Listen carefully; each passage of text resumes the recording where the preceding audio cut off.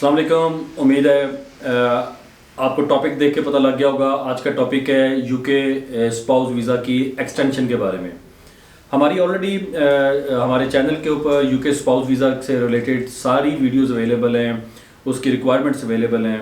बार बार कुछ दोस्त कुछ क्लाइंट्स ये क्वेश्चन करते थे कि जब कोई स्पाउस किसी का हस्बैंड या वाइफ यूके आते हैं, उसकी रिक्वायरमेंट्स तो आपने बताई हैं, लेकिन उनको वीज़ा 2.5 ईयर्स का 2.5 साल का वीज़ा मिलता है।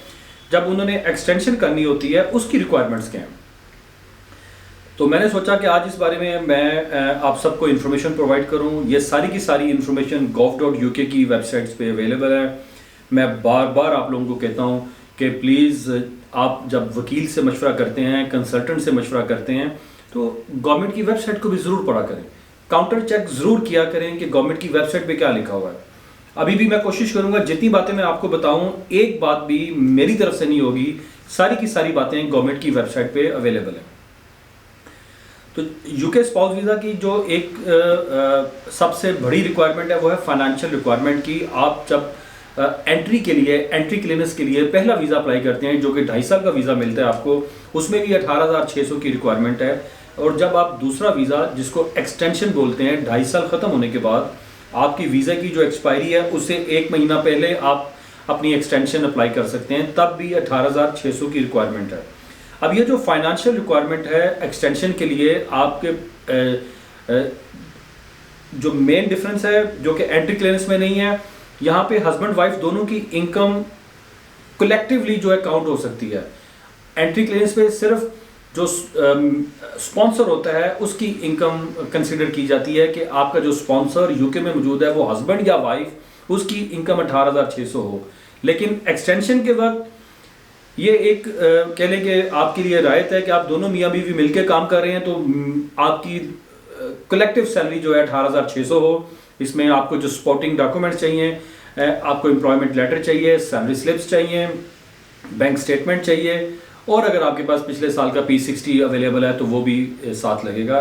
लास्ट 6 मंथ की बैंक इसमें बैंक स्टेटमेंट और लास्ट 6 मंथ्स की सैलरी स्लिप्स चाहिए। तो ये पहली रिक्वायरमेंट है, फाइनेंशियल रिक्वायरमेंट। इसके अलावा देखा गया कि कुछ लोगों के पास प्रूफ ऑफ एड्रेसेस नहीं होते। एक्सटेंशन के वक्त 6 डिफरेंट काइंड के प्रूफ ऑफ एड्रेसेस चाहिए। 6 मुख्तलिफ किस्म के प्रूफ ऑफ एड्रेसेस चाहिए, जिसमें काउंसिल टैक्स का बिल आ जाता है, आपकी बैंक स्टेटमेंट आ जाती है, आपके HMRC से कुछ लेटर्स होते हैं, NHS से, GP से कुछ लेटर्स होते हैं, आपके telephone bill, electricity, gas, water bill वगैरह वगैरह। ये अगर दोनों के नाम पे, हस्बैंड और वाइफ दोनों के नाम पे प्रूफ ऑफ एड्रेसेस चाहिए। बाज़ दफ़ा जो जिसको स्पॉन्सर किया जाता है, जो कि एप्लीकेंट होता है, जो आउटसाइड यूके से आया होता है, उसके नाम पे चीज़ें बड़ी कम होती हैं। तो मैं ऐसे लोगों को ये मशवरा दूंगा कि आप आके अपना अलहदा बैंक अकाउंट खोलें, ताकि आपके पास एक वैलिड प्रूफ ऑफ एड्रेस हो। आपके नाम पे चीज़ें, बिजली, गैस, पानी का बिल आप अपने हस्बैंड के साथ जॉइंट अपने आप को कर सकते हैं, ताकि आपके नाम पे प्रूफ ऑफ एड्रेसेस हों, जिससे आपकी एप्लीकेशन में सपोर्ट मिलेगी।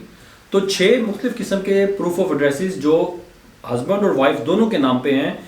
अब ये नहीं कि 6 उनके ऐसे नहीं है, आप मिलजुल के भी कर सकते हैं कि कुछ प्रूफ ऑफ एड्रेसेस हस्बैंड के नाम पे हैं, कुछ प्रूफ ऑफ एड्रेसेस वाइफ के नाम पे हैं। तो जितने ज़्यादा प्रूफ ऑफ एड्रेसेस आपके पास होंगे, उतनी ज़्यादा आपकी एप्लीकेशन को सपोर्ट मिलेगी। इस बात से ये चीज़ साबित होती है कि दोनों हस्बैंड एंड वाइफ इकट्ठे रह रहे हैं। रिलेशनशिप सबसिस्टेंट एक वर्ड यूज़ किया जाता है लॉ में, कि आपका रिलेशनशिप जो है वो अभी भी सबसिस्ट कर रहा है। तो पहली बात मैंने आपको फाइनेंशियल रिक्वायरमेंट के बारे में बताई, दूसरी बात मैंने आपको प्रूफ ऑफ एड्रेसेस के बारे में बताई, और तीसरी बात प्रूफ ऑफ रिलेशनशिप के बारे में मैं आपको बताता हूँ। क्या प्रूफ ऑफ रिलेशनशिप के लिए आपको इनिशियली आपने अपनी चैट हिस्ट्री और पिक्चर्स वगैरह जमा करी थी? क्या विद इन यूके अप्लाई करने के लिए भी ये देना जरूरी है? ये बहुत अच्छा क्वेश्चन आपने किया कि प्रूफ ऑफ रिलेशनशिप के लिए आपको, जैसे आपने एंट्री क्लियरेंस के वक्त चैट हिस्ट्री जमा करवाई थी, ईमेल्स का रिकॉर्ड जमा करवाया था, कॉल्स का रिकॉर्ड जमा करवाया था, वैसे ज़रूरत नहीं होती। अब चूंकि आप इनसाइड यूके एप्लीकेशन कर रहे हैं, आप इकट्ठे रह रहे हैं, और वो इकट्ठे रहने का सबूत आपने देना है कि आप पिछले 2.5 साल से इकट्ठे एक ही एड्रेस पे रह रहे हैं। और अगेन जो पीछे मैंने डिस्कस किया, आपके पास प्रूफ ऑफ एड्रेसेस, वहीं से आपके प्रूफ ऑफ रिलेशनशिप।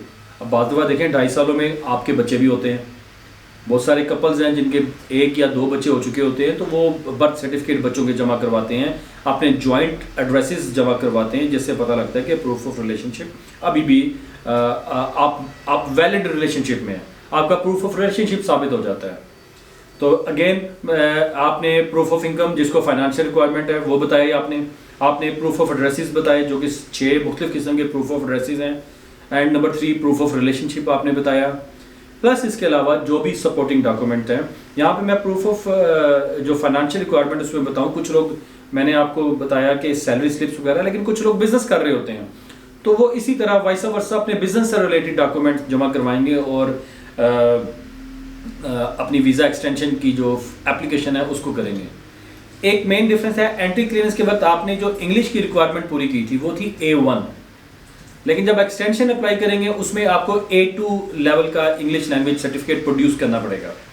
तो जो भी एप्लीकेंट है जो आउटसाइड यूके से आया हुआ है, उसको इंग्लिश लैंग्वेज अपना साबित करने के लिए, कि जिसको प्रूफ ऑफ इंग्लिश लैंग्वेज बोलते हैं, A2 लेवल का सर्टिफिकेट करना होगा एप्लीकेशन से पहले, और एप्लीकेशन के साथ वो सबमिट करना होगा।